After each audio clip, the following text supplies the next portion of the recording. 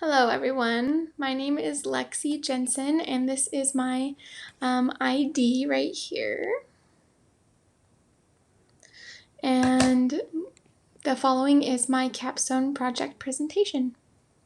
So, my capstone project was to restock the crash cart at my surgery center to check for organization and to update medications in order to be better prepared for emergency situations.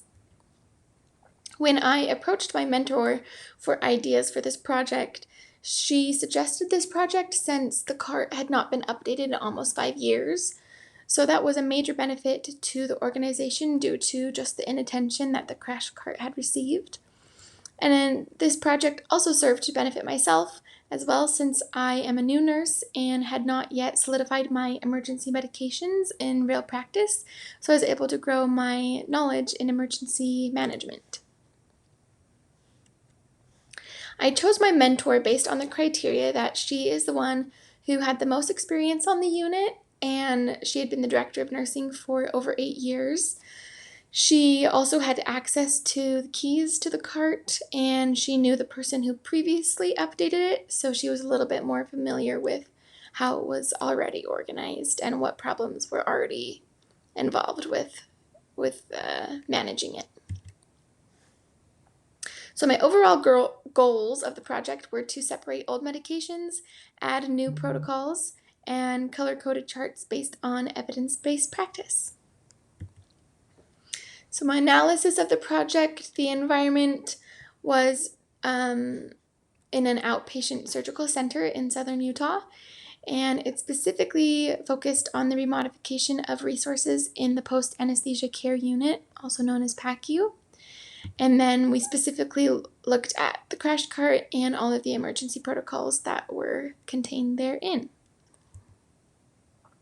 The scheduled timeline started on January 11th, 2024, when I started my research on crash carts and optimization of crash carts specifically in the surgical setting. On February 2nd, I was able to meet with my mentor to go over the crash cart together. And on February 6th, we created a document to help organize all of the needs for supplies for the new crash cart.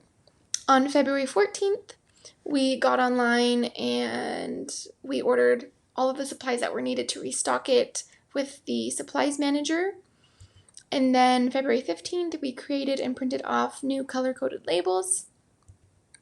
February 16th, I was able to meet with the CRNA and go over all of the medications that I had researched we should change out or add, and then he was able to add his opinion and also his research.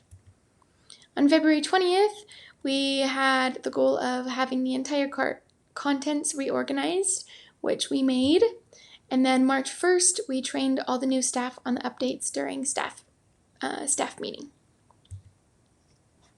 Issues with my project.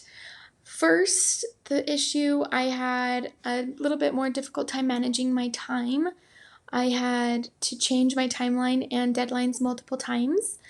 The first reason is because my mentor was out of town. The second one was because I encountered some medical issues. I became ill unexpectedly, so that had to push my timeline out a little bit. And then some of the crash cart meds that were ordered took longer than expected to ship, and so we had to also adjust for that schedule.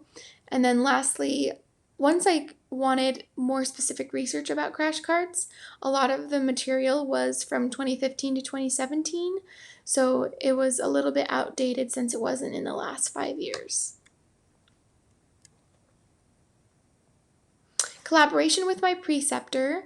My mentor was supportive and helpful and was willing to stay extra hours to help me research the best medications for crash cart use.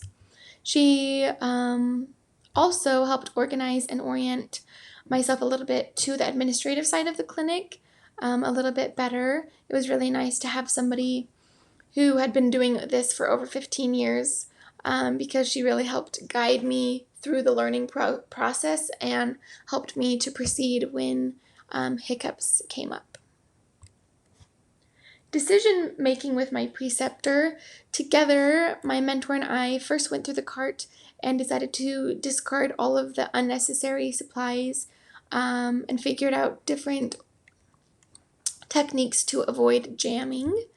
And then we just looked at different ways to organize the supplies with colors and separating barriers of like tape and just pieces of plastic to help keep things organized. We also chose different beta blockers to keep in the cash cart because there was 5 different ones, and so we decided to get rid of all the extra beta blockers and just keep esmolol and labetalol. We also ordered new gloves and EKG holders and put them in a magnetic box on the outside of the cart to keep it more organized. And then we cleaned out the old cheat sheets and replaced the new charts in the cart. So 3 goals with my project. The first was to perform an assessment of crash cart medications and supplies. My second goal was to make a revised cart layout using evidence-based practice research methods. And then my third goal was to entirely restock the crash cart and then train the staff on the new updates. So, an evaluation of my project, the benefit of the project to the surgical center. The first one is this had been put off for quite a few years and no one seemed to have the time to do it. So it was really nice that I was able to work on this for my school project. It also benefited the patients who came from the community, as we were more adequately prepared for emergencies, and then we were also better prepared to possibly save their lives from negative outcomes and turn them into positive ones. Benefit of the project to my professional growth, working on the crash cart provided me with real-world experience, conducting research and implementing evidence-based practice in an actual healthcare facility. It helped me improve my own experience of being a person in charge of stressful situations, and it also helped me become more knowledgeable about high-stakes medical equipment. A lot of the instruments in there I didn't ever see in nursing school, so I was able to really get my hands dirty and knowing what medical equipment is used. And this helped grow my professional nursing career overall. There was 4 main leadership skills that I gained during the completion of my project. The first was creativity. I used research and innovative thinking to improve the crash cart. The second one was flexibility. I had to reschedule activities like the inventory checks to be able to stay on track. The third skill I gained was adaptability because I had to adjust my schedule when I faced unexpected challenges like the illness and my preceptor's vacation time. And then fourth was just maintaining positivity, maintaining a positive attitude to help keep the team motivated and focused on the project and not let it get too late down the timeline to not get put off. In conclusion, I was able to successfully reassemble the crash cart following my outlined plan and research. I received positive feedback from the director of nursing, and the rest of the surgical nursing staff was updated on the cart, and I was just able to tell them why we made changes to the cart based on most recent evidence-based practice, and we were able to educate them on the changes, and then how Erica, my preceptor, and Vaughn, the CRNA, we were able to work together to complete the outlined plan to change and update the crash cart. In conclusion, in the future, I will be much more prepared to collaborate with managers and have more confidence to improve healthcare.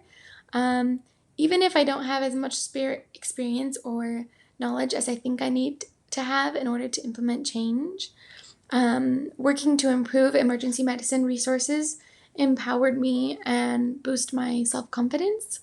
And so as I became more familiar with the crash cart's content, layout, and functionality, I was able to feel more confident in my ability to handle emergency situations effectively.